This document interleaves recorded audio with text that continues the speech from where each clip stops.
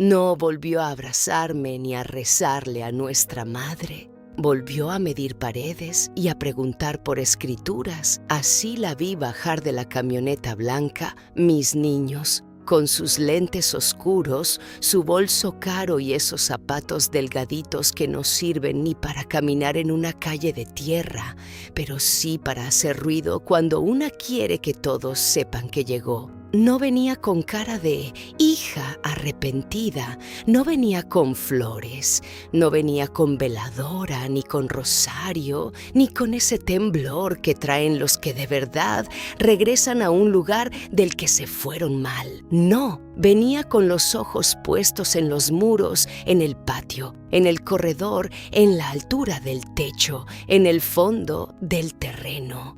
Como si no estuviera entrando a la casa donde nuestra madre se estaba apagando de a poquito, sino a una propiedad que iba a cotizarle bien si le calculaba correctamente los metros. Yo estaba lavando un mantel junto a la pila cuando la oí. El motor primero, largo, fino, como de gente que ya no se mueve en carros que tiemblan. Luego las puertas, luego la voz de un hombre que no conocía, preguntando dónde podía estacionarse para no estorbar. Me sequé las manos en la falda y salí al corredor. Ahí estaba Elvira, mi hermana, la misma que se fue diciendo que volvía en cuanto acomodara su vida. La misma que dejó a nuestra madre con la mirada pegada a la puerta durante años. La misma que mandó 2 cartas y luego puro silencio. La misma que no vino cuando enterramos a mi padre. La misma que no apareció cuando a mi madre se le torció media cara del ataque. La misma que no preguntó por las llagas de su espalda, por la pierna hinchada, por las noches en que yo tenía que moverla sola para que no se me ahogara. La misma que no supo ni quiso saber cuánto costaba un pañal de adulto, una inyección, un antibiótico, una noche sin dormir. Pero eso sí, volvió cuando la carretera nueva quedó cerca del pueblo y las tierras empezaron a valer lo que nunca habían valido. Volvió cuando la gente empezó a decir que por aquí iban a meter una bodega grande. Volvió cuando un terreno con casa vieja dejó de parecer carga y empezó a parecer negocio. A veces una no necesita que le expliquen nada. El cuerpo lo sabe. Apenas la vi, sentí que no me visitaba la sangre, me visitaba el interés. «Mírate nada más», dijo ella, sonriendo como si nos hubiéramos visto el domingo pasado. «Sigues igual». No la abracé, no pude, no quise. Me quedé parada con el jabón secándome las manos y el corazón apretado, como si de pronto me hubieran abierto una puerta que yo había aprendido a clavar por dentro. «Tú no», le respondí. Se quitó los lentes despacio. Ya saben cómo hay mujeres que hasta para mirarte hacen escenita. Ella siempre fue así. No porque fuera mala desde niña, no. Era de esa gente a la que el mundo le enseña rápido que su cara bonita le consigue indulgencias y con los años se vuelve costumbre. «¿Dónde está mi mamá?», preguntó. «Mi mamá». No dijo nuestra, no dijo mamá, no dijo «¿Cómo sigue?», no dijo «¿Cuánto ha sufrido?». Dijo «¿Dónde está?», como quien pregunta por una oficina, por un paquete, por un objeto al que necesita ubicar para seguir con el trámite. «Adentro», le dije, «donde ha estado los últimos 8 años mientras tú no preguntabas». Le resbaló, o fingió que le resbaló. Detrás de ella venía un hombre más joven que ella, bien peinado, camisa blanca, un folder bajo el brazo. No necesitaba presentarlo para que yo entendiera que no era chofer, ni primo, ni compadre. Era de esos que vienen a ver papeles, a resolver, a ponerle firma y precio a lo que para otros ha sido vida entera. «Él es el licenciado Padilla», me dijo, como si me estuviera enseñando un artículo de lujo. «Me está ayudando con unas cosas». Ahí mismo quise aventarle el agua sucia del mantel en la cara. No por el licenciado, por la palabra «unas cosas». En esa casa, durante años, las cosas habían sido otras. Los vómitos nocturnos de mi madre, las sábanas orinadas, la pierna que ya no levantaba, los medicamentos partidos a la mitad para que rindieran, la estufa fallando, el goterón encima de la cama en lluvias, la luz cortada 2 veces, la deuda en la tienda, los huesos míos sonando al cargarla. Esas eran las cosas, no el folder. Pero me aguanté, porque detrás del enojo hay otra cosa que se parece mucho al orgullo. Y el orgullo a veces mantiene erguida a una mujer cuando ya no le queda otra fuerza. Pasa, le dije, pero quítate esos zapatos si quieres entrar al cuarto de mamá. Aquí adentro no se anda de visita. No se los quitó, por supuesto que no. No más dudó un segundo y siguió. Tac, tac, tac, sonando por el corredor, como si la casa misma la rechazara y ella no lo notara. Mi madre estaba en la cama junto a la ventana, donde la luz de la tarde todavía le daba un poquito en la cara cuando alcanzaba a entrar. Ya no era la mujer fuerte que había sido. Ya no era ni siquiera la anciana que se defendía sola del olvido. Era una criatura desarmada por la enfermedad, flaca de brazos, pesada de cuerpo, media boca vencida, los ojos todavía vivos, pero atrapados en un rostro que ya no siempre obedecía. Cuando entramos, abrió los ojos y miró hacia la puerta. Al principio no entendió quién era, luego sí. No voy a olvidar nunca cómo se le llenó la cara de algo que no sé si era alegría, miedo, culpa o todo junto. La mano izquierda, la única que todavía movía con intención, tembló sobre la sábana. «Mamá», dijo Elvira, y allí sí le salió voz de hija. Yo me quedé junto al ropero, quieta, viendo. Mi madre intentó hablar y no pudo. Le salió un quejido pequeño. Quiso levantar el brazo. Elvira se acercó rápido, demasiado rápido, como hacen algunos cuando saben que están siendo observados y quieren verse compasivos. «Ya vine, mamita», murmuró. «Mamita». Fíjense bien en las palabras dulces que no se ganaron con los años, pero se usan cuando convienen. A mí me dieron ganas de arrancarle esa voz falsa de la garganta. Porque esa misma mujer no estuvo cuando mi madre gritaba mi nombre a las 3 de la mañana, creyendo que la pared se le venía encima. No estuvo cuando hubo que meterle una cuchara envuelta en trapo, porque se estaba mordiendo la lengua en una convulsión. No estuvo cuando la diarrea la dejó 2 días sin poder sostener ni el agua. No estuvo cuando los doctores dijeron, «Ya no camina». No estuvo cuando hubo que vender la máquina de coser y luego los aretes, y luego hasta las láminas del gallinero. Pero ahí estaba, peinando el pelo fino de nuestra madre como si hubiera regresado de comprar tortillas. «Te extrañé mucho», dijo, y a mí casi se me sale una carcajada de pura rabia. Mi madre lloró, no como lloran las personas fuertes, no. Lloró con esa descomposición chiquita de la vejez enferma, donde las lágrimas parecen venir también de la impotencia del cuerpo. Yo no soporté verla y salí al corredor, no por generosa, porque si me quedaba iba a estallar delante de ella y no quería darle ese espectáculo ni a mi madre ni al licenciado. Me senté en el banquito de la pila y me puse a exprimir el mantel otra vez, aunque ya estuviera casi seco. Desde ahí los oía hablar bajito. Más bien oía a Elvira hablar y a mi madre gemir o respirar distinto. No sé cuánto duró esa escena. A mí me pareció larga como un castigo. Luego salió el licenciado. «Doña», empezó. «No me diga doña como si no supiera mi nombre». Lo corté. «Aquí, si viene a hablar, hable claro». Se acomodó el cuello. «La señora Elvira quiere revisar la documentación de la propiedad. Entiendo que la casa pertenecía a los padres de ambas, ¿correcto?» «Pertenecía». Qué palabra fría, como si esa casa fuera un mueble grande y no la suma de todo lo que habíamos aguantado allí. La casa no se ha movido de lugar, le dije. Sigue donde estaba. Él ensayó una sonrisa de oficina. Sí, pero necesitamos ver la situación legal. Necesitamos. Qué bonita manera de meterme en una urgencia que no era mía. Tú necesitas saber cuánto vale, le respondí. Yo necesito cambiarle la sonda a mi madre antes de que le duela. A ver cuál de las dos cosas urge más. Ahí salió Elvira. No empieces con tu dramatismo, Graciela. Así me llamo, Graciela. Pero ella siempre me dijo Graciela entero cuando quería poner distancia.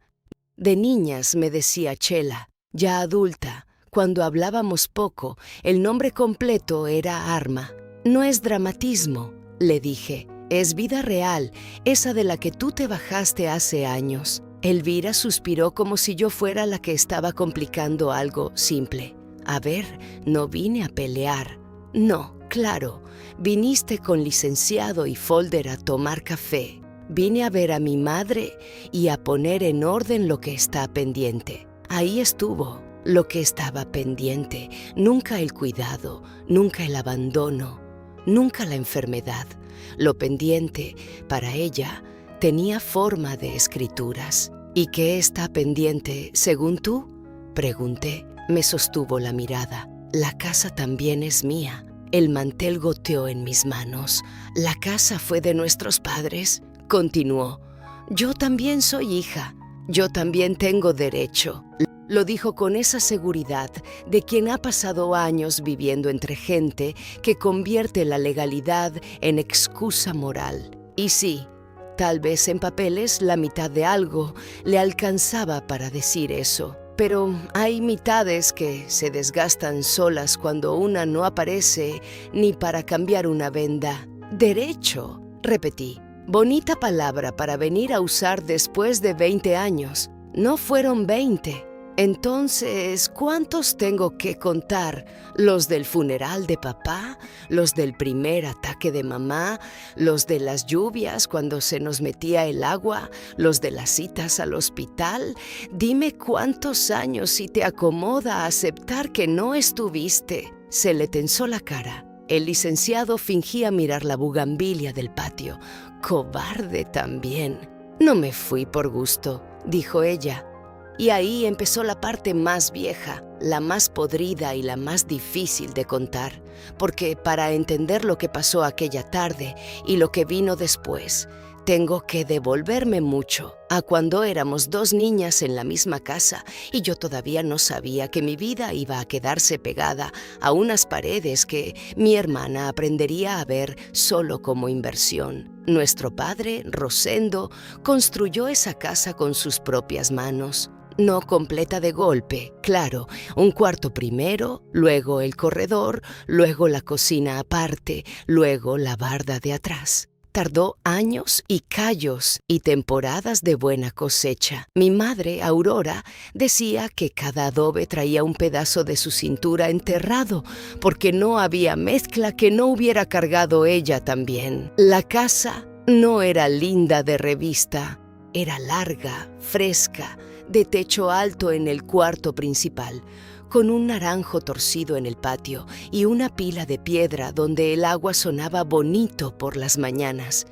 Para nosotros era el mundo. Elvira era la mayor, 2 años más grande que yo. Desde niña tenía algo que a mí me faltó siempre: brillo, no bondad necesariamente, no inteligencia brillante tampoco. Brillo. Entraba a un sitio y volteaban. Se reía fuerte. Le quedaban bonitos hasta los vestidos heredados. Sabía cuándo bajar la mirada y cuándo sostenerla. Mi madre decía que había nacido con suerte de cara. Yo nací con suerte de aguante. Así nos repartieron. No crean que la odié desde siempre. No. De niñas compartíamos la cama, las muñecas hechas de retazo, el mismo plato de sopa cuando alcanzaba. Pero conforme crecimos, el mundo empezó a hablarnos distinto. A ella le decían que con esa cara no iba a tardar en salir de pobre. A mí me decían que yo servía para sostener casa, a ella le permitían más, a mí me enseñaban a ser útil.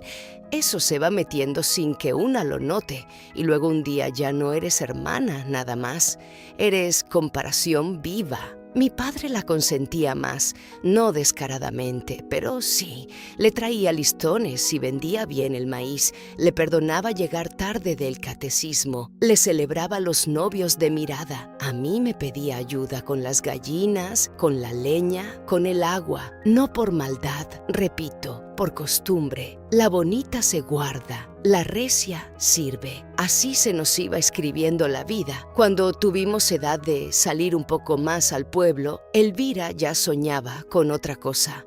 Decía que no se iba a pudrir entre tierra, que un hombre con botas no le iba a decidir el destino, que ella iba a tener dinero, uñas arregladas, vestido bueno y techo sin goteras. Yo la oía y a ratos me daba risa, a ratos coraje, a ratos admiración, porque yo no sabía querer tanto algo que no conocía. Ella sí, quería escapar, con una violencia bonita al principio y luego, con los años, no tan bonita. Yo, en cambio, me fui quedando, no porque fuera más noble, porque mi sitio estaba hecho de costumbre y de miedo. Cuando una es la responsable, la casa se te pega como delantal.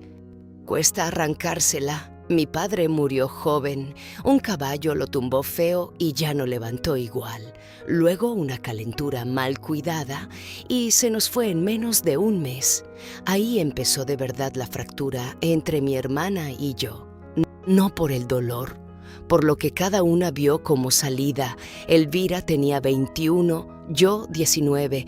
Nuestra madre se quedó con la casa, unas deudas, un pedazo de terreno no muy bueno y 2 hijas en edad peligrosa para el chisme del pueblo. A los 4 meses de la muerte de mi padre, Elvira conoció a Arturo, un hombre de ciudad que vendía telas y bisutería en los mercados grandes. Bien peinado, sonrisa fácil, promesas en todas las bolsas. Mi madre dijo que algo en él no le gustaba. Yo también lo vi hueco, pero mi hermana lo vio como puente. Me voy, anunció un sábado, sin más. Mi madre lloró. Yo también, pero de coraje más que de tristeza. ¿Y nos dejas así?, le pregunté. No las dejo, me voy a acomodar y luego las saco. ¿Con qué le crees a ese hombre? ¿Con mis ganas de no terminar enterrada aquí? Esa fue la primera vez que sentí la casa como insulto. Para ella era tumba, para mí todavía era lo único que teníamos. Se fue, así nomás, con una maleta prestada, 2 vestidos buenos y una promesa que nos duró años en la cabeza. Volveré por ustedes. Mi madre se quedó parada en la puerta mucho rato después de que ya ni el polvo del camión se veía. Yo la miré y supe que ese vacío nos iba a costar caro. Los primeros meses sí mandó cartas, que Monterrey era enorme, que Arturo conocía gente, que estaban viendo lo de un local, que le diera tiempo, que en cuanto pudiera nos mandaba para la ciudad. Mi madre las leía una y otra vez, como si en la letra de Elvira estuviera escrita la salida que la viudez le negó. Yo no me las creía del todo. Había demasiado perfume y muy poca harina en esas cartas, mucho sueño y poco compromiso, pero mi madre se alimentaba de ellas. Luego mandó dinero 2 veces, poco pero mandó, lo agradecimos. Después una cadena para mi madre, de fantasía. Luego un vestido que me quedaba grande y olía a bodega. Después, silencio. Un silencio largo, irregular, con apariciones esporádicas como migajas. Una postal en Navidad, una llamada en la fiesta del pueblo. Otro silencio. Arturo se volvió mi marido en sus mensajes y luego desapareció también del relato. Más tarde supimos que la dejó. Luego supimos que puso un salón de belleza con ayuda de otra gente.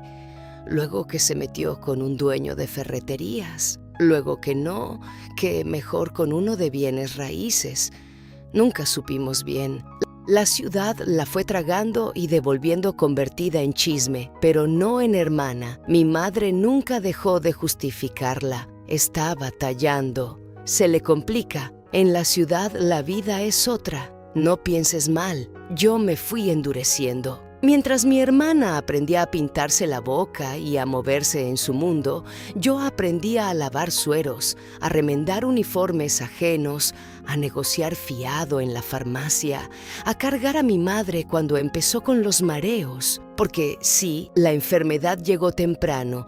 Primero fue la presión, luego el azúcar, después la vista. Al final, el ataque que le dejó medio cuerpo preso. Todo eso no cayó de un día a otro. Fue una escalera lenta de deterioro. Y en cada escalón yo estaba. Hubo un hombre que me quiso. Se llamaba Nicanor.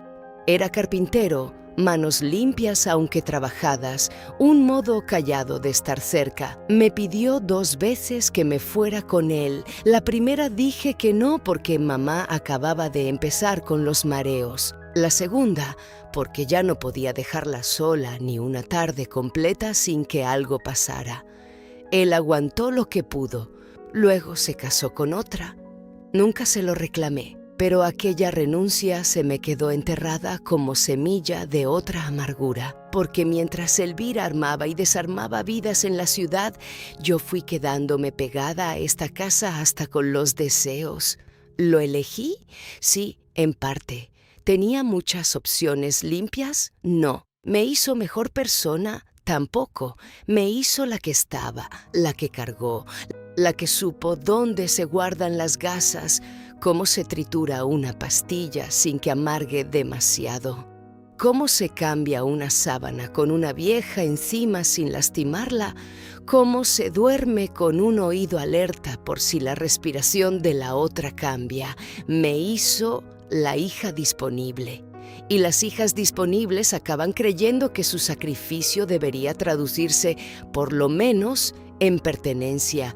Por eso el regreso de Elvira me encendió una furia tan antigua. No solo venía a reclamar una casa, venía a desconocer el costo que tuvo quedarse dentro de ella. Esa tarde, después de que el licenciado preguntó por las escrituras, yo supe que la paz se nos había acabado. No pienso hablar de papeles con mamá viva y acostada en ese cuarto, le dije a Elvira. Precisamente porque está viva hay que arreglarlo. ¿Arreglar qué? Las cosas, otra vez las cosas. Qué costumbre de llamar cosas a lo que más duele. El licenciado sacó el folder. Tenemos conocimiento de que la propiedad sigue a nombre de la señora Aurora y de su difunto esposo. Dado que no existe, hasta donde sabemos, testamento inscrito, corresponde iniciar el proceso sucesorio para que ambas hijas tengan participación. Ambas hijas, repetí mirándolo fijo.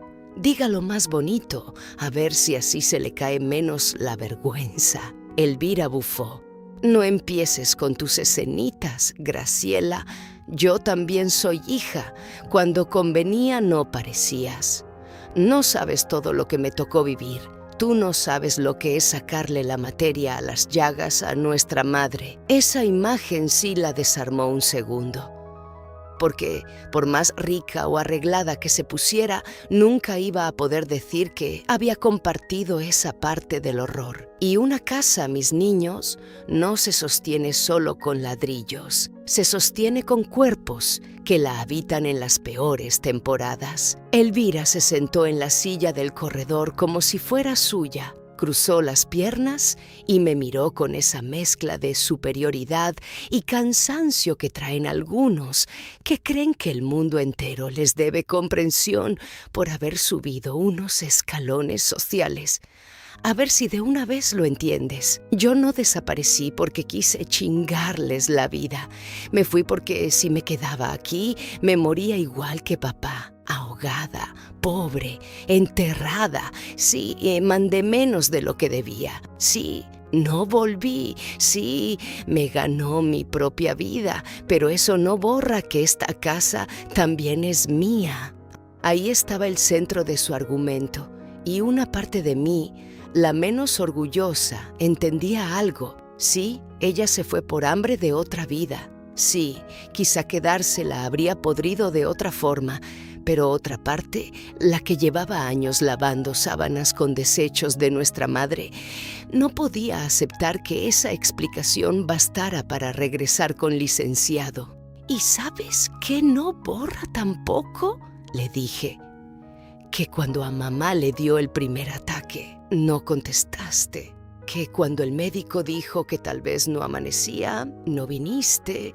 Que cuando enterramos a papá, me mandaste una corona por paquetería como si eso fuera presencia. Que cuando se nos cayó el techo del cuarto del fondo, lo arreglé con mis manos. Que cuando me ofrecieron comprar media parcela por necesidad, no la vendí porque aquí estaba ella y aquí estaba la historia de todos. Se le fue endureciendo la cara. Pues esa fue tu elección. Me quedé helada. La elección. Hay frases que una no olvida, aunque las oiga una sola vez en la vida. Esa fue una, porque sí, quizá elegí quedarme muchas veces, pero una elección hecha entre deber y abandono no tiene la misma limpieza que la de quien se sube a un coche y se larga detrás de una promesa propia. ¿Elección?, repetí, ya sin voz. Sí, pudo haberte dado por irte. No te dio, te quedaste. No me lo cobres como si yo te hubiera amarrado a la cama de mamá. El licenciado bajó la vista. ¡Cobarde! Hasta él supo que aquello había cruzado una línea. Yo no le grité. Me salió peor. Me salió una calma helada.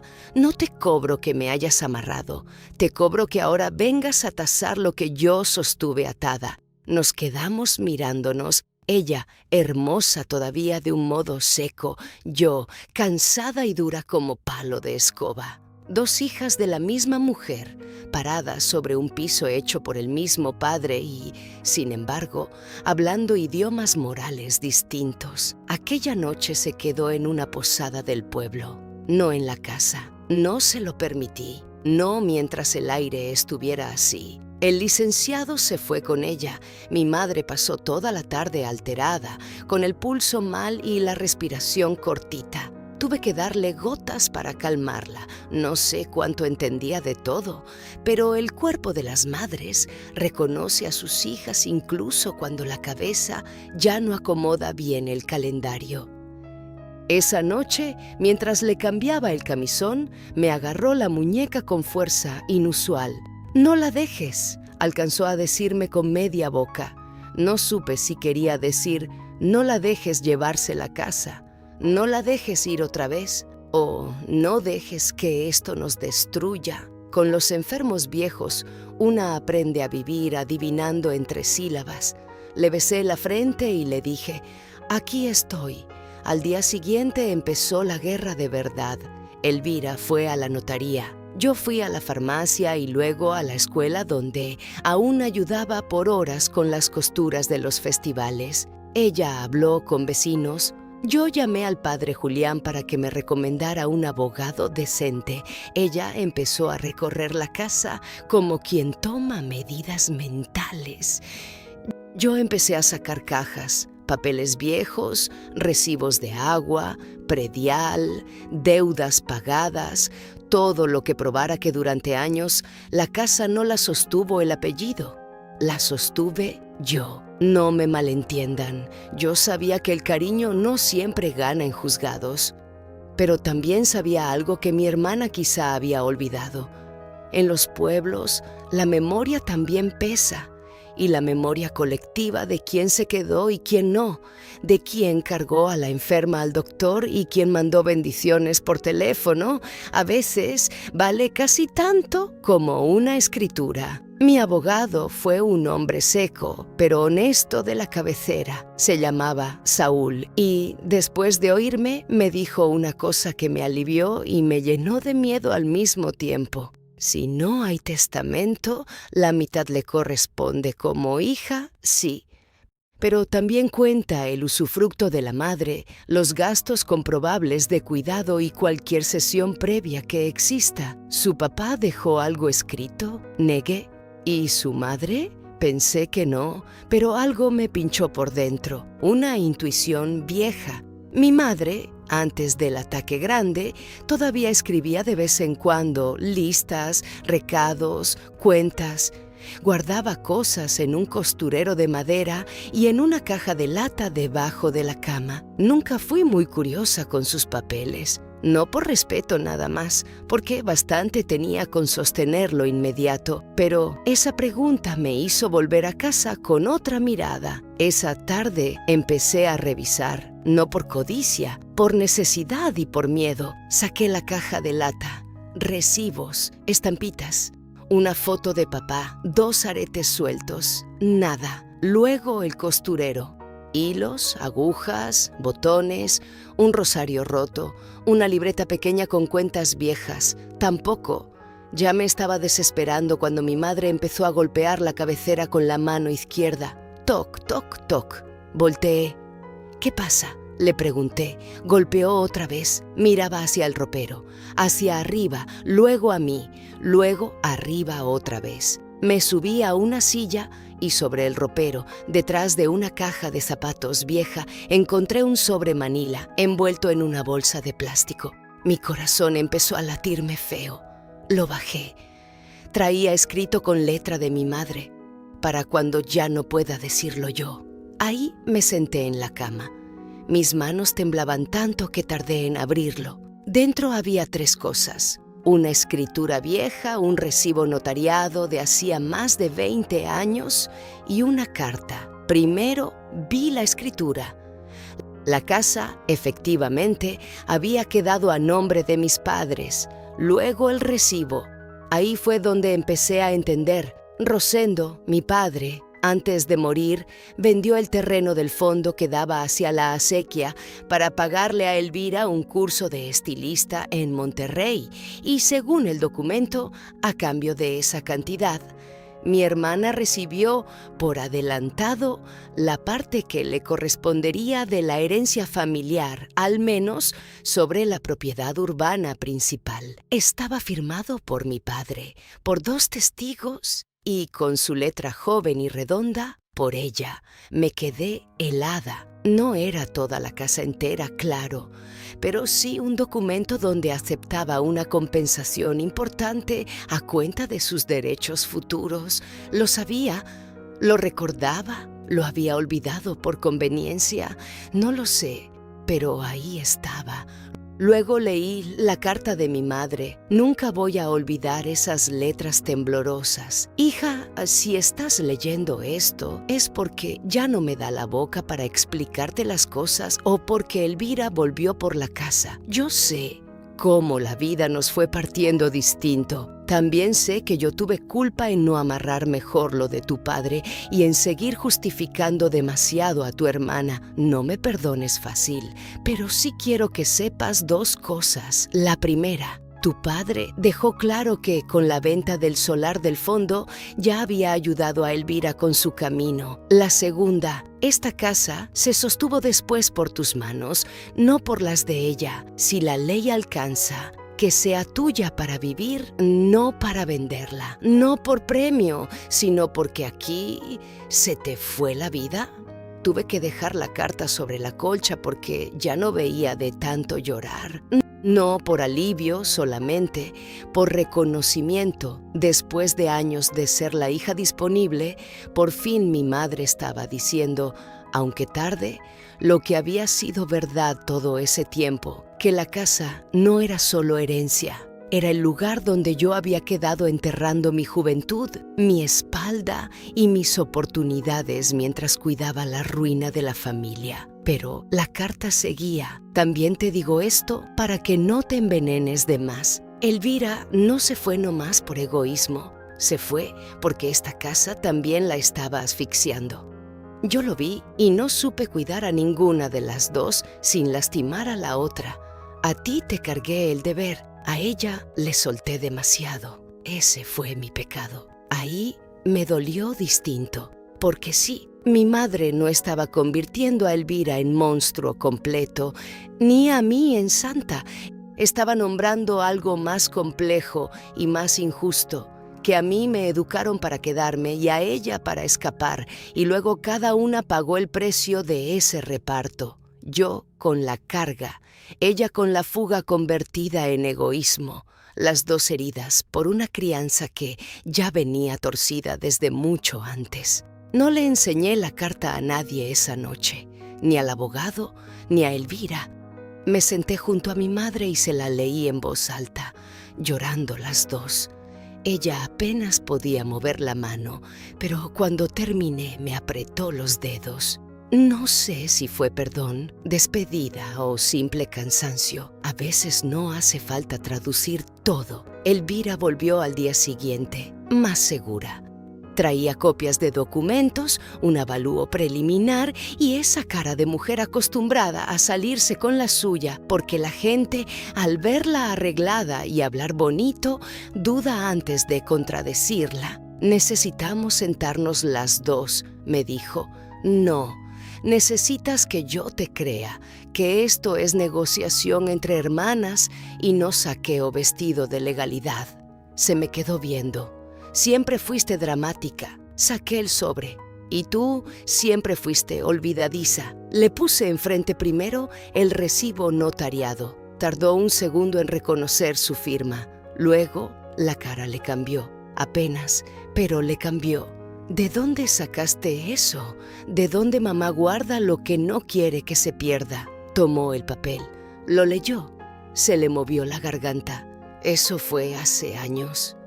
«Sí, cuando papá vendió el fondo para que tú te fueras a aprender lo que luego te dio de comer. No significa que renuncié a todo. Significa que no llegas aquí virgen de herencia, Elvira. Ya te llevaste una parte cuando aún vivíamos todos apretados y tú querías salir corriendo». Quiso contestar rápido, pero el licenciado le pidió el papel. Lo leyó con más calma. Ahí sí se le acabó el tono seguro. «Tendríamos que revisar el alcance legal exacto», dijo. «Revísalo lo que quieras», respondí. «Pero revisa también esto». Le entregué la carta. No completa.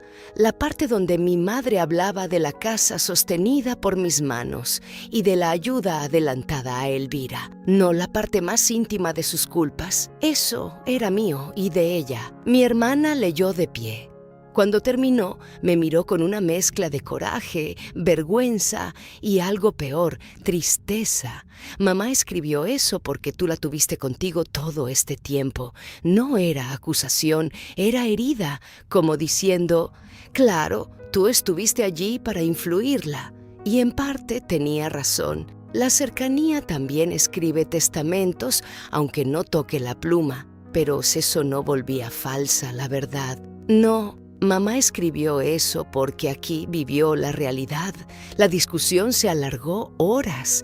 El licenciado hablaba de porcentajes, derechos, donaciones previas, posesión continuada, cuidado no remunerado. Elvira y yo no hablábamos ya de leyes, hablábamos de vida. «Tú no sabes lo que me costó irme», me dijo en un momento. «Tú no sabes lo que me costó quedarme. A mí nadie me iba a sacar de este pueblo si yo no corría. Y a mí nadie me iba a cargar la madre si yo también corría. Pues tú te ofreciste siempre». No me ofrecí, me tocó. Ahí se hizo un silencio pesado, porque esa era la raíz. A mí me tocó. Como les toca a muchas, no por elección limpia, ni por generosidad espontánea, sino porque la familia, el género, la pobreza y las expectativas te van acomodando de tal manera que cuando menos piensas, ya eres la que se quedó, la disponible, la que resuelve. Y si un día esa hija dice no, entonces el edificio moral de todos se le viene encima. Yo nunca dije no. Y Elvira, en cambio, dijo sí al escape. Las dos cargábamos resentimientos que venían de mucho antes de esa casa. El licenciado pidió una pausa y salió a hacer llamadas. Mi madre dormía a ratos. Elvira se quedó en el corredor, mirando el naranjo torcido. Yo llevé café y lo puse sobre la mesa sin ceremonia. Ella lo tomó en silencio.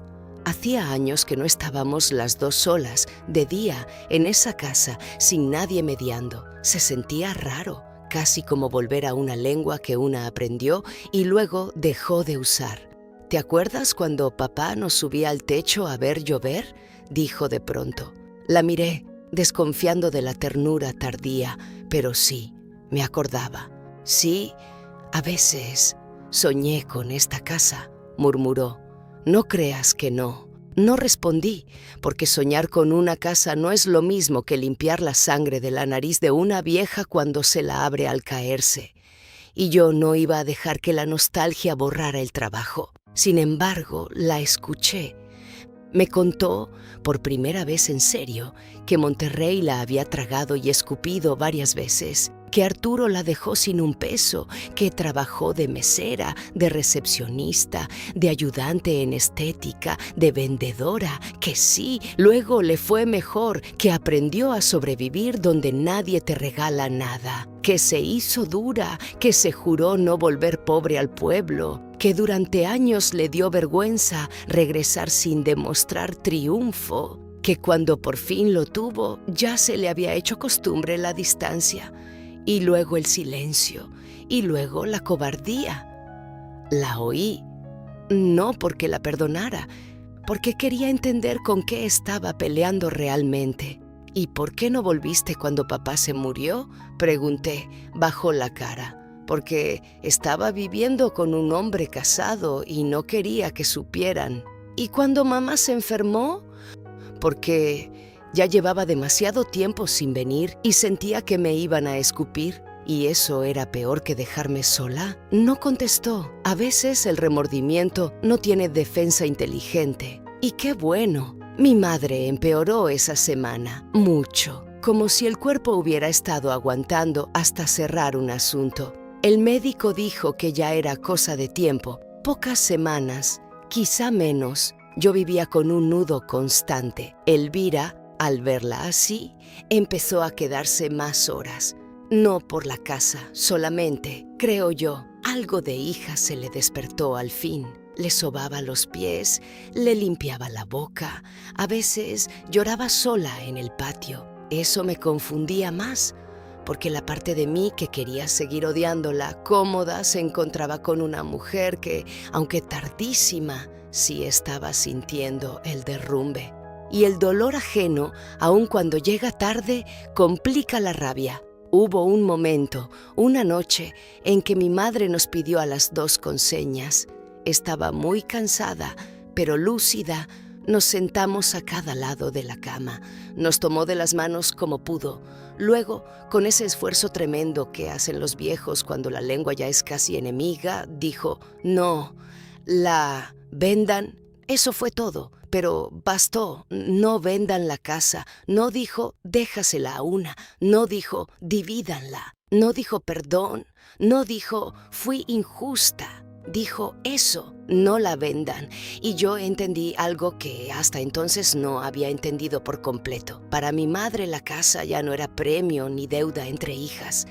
Era el último testigo de todos sus muertos. De mi padre, de la niña que ella fue, de nosotras, del tiempo. Quería que siguiera en pie.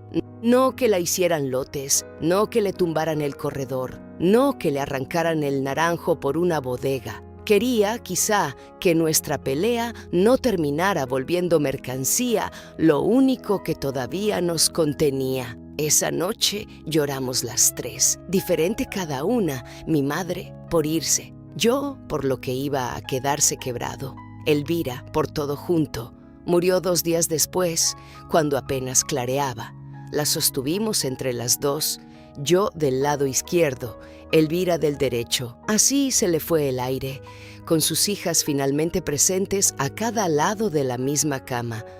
No lo digo para embellecer nada, lo digo porque las familias, aún rotas, a veces encuentran una postura final que no repara, pero sí deja menos torcido el recuerdo. Después vino el velorio, la gente, el café, las oraciones, las comadres preguntando con la mirada si ahora sí iba a haber pleito. Los hombres del pueblo hablando ya de la plusvalía como si el cuerpo de mi madre no estuviera todavía en la sala. Los papeles suspendidos. El licenciado prudente por un rato. Todo mezclado como siempre. Al tercer día, cuando se fue la última visita, Elvira y yo nos quedamos solas en la cocina. El naranjo sonaba con el viento.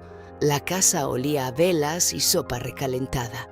Nos miramos mucho rato. «No la quiero vender ya», dijo por fin. Yo tardé en creerle. «¿Por mamá?». Se encogió de hombros. Luego negó. «Por mí también.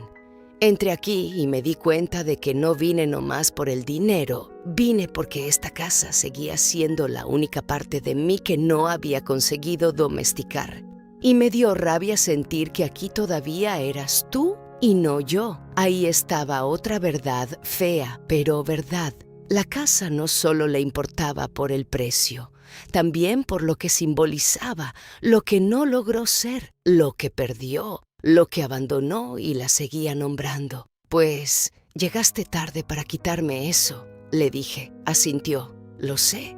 Nos quedamos en silencio. Luego respiró hondo. «No quiero venderla, pero tampoco quiero irme como si nada hubiera pasado». Nada pasó hace años, Elvira. Ahora nomás estamos viendo los restos. Se me quedó viendo con una tristeza honesta, por primera vez en mucho tiempo. ¿Hay alguna forma de que no nos devore esto? No supe responder enseguida, porque sí, existía la posibilidad de pelear, de partir papeles, de dejar que los abogados hicieran lo suyo, de ganar yo quizá el usufructo y parte mayor por la cesión previa y el cuidado, mientras ella se quedaba con un porcentaje sin uso real. Pero también sabía algo. Una pelea larga podía terminar entregando la casa al desgaste de tribunales, deudas y rencores. Y mi madre acababa de pedirnos que no la vendiéramos. No para quedarnos abrazadas, claro, para no convertirla en carnicería. Así que le propuse algo, no noble, no puro, práctico. Yo me quedo aquí hasta morirme, eso no se mueve. Tú renuncias a cualquier intento de venta mientras yo viva. A cambio, el día que yo ya no esté, la casa puede quedar repartida entre tus hijos y los míos si quieren hacer con ella lo que acuerden. Pero tú no vienes a correrme de lo que sostuve». Elvira me miró largo. «¿Y si quiero venir? Vienes, como hermana, no como tasadora. ¿Y si necesito dinero? Pues para eso sí supiste construirte otra vida, ¿no?». Se rió, una risa cansada, triste, vieja, la primera risa real entre nosotras en años. El acuerdo se hizo por escrito, con el mismo licenciado, sí, no porque confiáramos ya de palabra, sino precisamente porque no. La experiencia nos había enseñado que el amor fraterno sirve de poco frente a la codicia, el remordimiento y la memoria torcida. Así quedó. Yo, usufructuaria vitalicia, ella reconociendo la cesión adelantada del solar y renunciando a cualquier acción de desalojo o venta mientras yo viviera. Después, los descendientes decidirían. No era justicia perfecta, no existe. Pero sí una paz lo bastante firme para no dejarle la casa a los buitres de afuera ni a los de adentro. Nos reconciliamos, no como en las películas, no con abrazos que borran 30 años. Eso sería mentira. Hubo acercamientos, visitas, cartas, llamadas en cumpleaños, menos espinas. También conversaciones durísimas donde por fin le dije que por su ausencia perdí a Nicanor, perdí hijos propios, perdí juventud, y donde ella me dijo que también pagó caro su salida, aunque de otra manera, sin raíces, saltando de hombres y trabajos, fingiendo triunfo para no volver derrotada. No hice concurso de desgracias con ella. Entendí nomás que el dolor no siempre se puede pesar en la misma balanza. Pero una cosa sí le dejé clarísima. Lo que viviste fuera no borra que me dejaste sola aquí. Nunca más lo negó. Ahora viene algunas veces, no muchas. Ya no baja de camionetas tan lujosas ni trae licenciado. Llega con pan, con medicinas cuando sabe que me duelen los huesos, con flores para la tumba de mamá. Se quita los zapatos al entrar. Esa pequeña cosa me importa más de lo que debería. A veces nos sentamos en el corredor y hablamos de papá, de los vecinos muertos, del tiempo. Otras veces no hablamos casi nada. El silencio entre hermanas viejas también puede ser una forma de tregua. La casa sigue en pie, con goteras nuevas, con grietas viejas, con el naranjo torcido y la pila medio descarapelada. A veces me preguntan por qué no la vendo de todos modos y me voy a vivir con una nieta a la ciudad, más cómoda. Yo siempre respondo lo mismo, porque esta casa ya se cobró suficiente vida como para todavía dejarla ir por dinero. Y es verdad, aquí enterramos a papá, aquí vi a mamá partirse, aquí esperé a una hermana que no llegaba, aquí me quedé cuando pude irme, aquí se me fue el amor, aquí me hice vieja, aquí volvió Elvira a medir paredes creyendo que venía por una propiedad y se topó con un cementerio de cuentas que no le cuadraban. No volvió a abrazarme ni a rezarle a nuestra madre aquella primera tarde. Volvió a medir paredes y a preguntar por escrituras, pero también, con el tiempo, volvió a algo peor y quizá mejor, a mirar de frente lo que dejó tirado cuando se fue. Y yo tuve que mirar también lo mío, que muchas veces convertí mi sacrificio en identidad porque era lo único que me quedaba limpio. Las dos nos hicimos daño desde nuestros lugares. La diferencia es que el suyo traía tacones y maletas. El mío, vendas y ollas. Si me preguntan quién tuvo más razón, no sé. Y desconfío mucho de las historias donde una sola hermana resulta santa y la otra puro veneno. Así no fue. Yo fui la que se quedó, sí, pero también la que aprendió a cobrar con silencio y amargura. Ella fue la que se fue, sí, pero también la que regresó cuando todavía le quedaba una oportunidad de no acabar convertida solo en el retrato de la traidora. No aprovechó esa oportunidad a la perfección. Nadie lo hace, pero algo hizo. Eso sí, una cosa no le perdono ni le voy a perdonar nunca: que haya necesitado oler el dinero para volver a mirar esta casa. Si hubiera regresado nomás por mamá, otra historia contaríamos. Pero no, volvió porque la tierra empezó a valer. Y ese origen mancha todo lo demás, aunque después haya llorado de veras junto al lecho de nuestra madre. La verdad no se limpia tan fácil. Yo sigo aquí. Cada mañana barro el corredor, cada noviembre le pongo flores a la tumba de mamá. Cada vez que exprimo un mantel junto a la pila, me acuerdo de aquella primera tarde en que vi bajar a mi hermana de la camioneta blanca y supe que venía más hija de la ambición que del arrepentimiento. Y cada vez que oigo sus zapatos ahora, mucho más sencillos, acercarse sin estruendo, me digo otra cosa también. A veces la vida no recompone, pero sí desgasta el filo suficiente para que una ya no quiera morirse peleando por los mismos metros. Cuando yo me vaya, no sé qué harán nuestros hijos con esta casa. Tal vez la vendan, tal vez la tiren, tal vez la dividan, tal vez a alguno sí le dé por sostenerla un poco más. Ya no me tocará verlo, pero mientras yo respire, esta casa no será premio de la que se fue, ni penitencia de la que se quedó. Será simplemente lo que siempre fue: el lugar donde dos hermanas aprendieron demasiado tarde que ni la fuga da inocencia, ni el sacrificio da derecho a tragarse entera a la otra. Y eso, aunque suene amargo, es lo más honesto que puedo dejar dicho.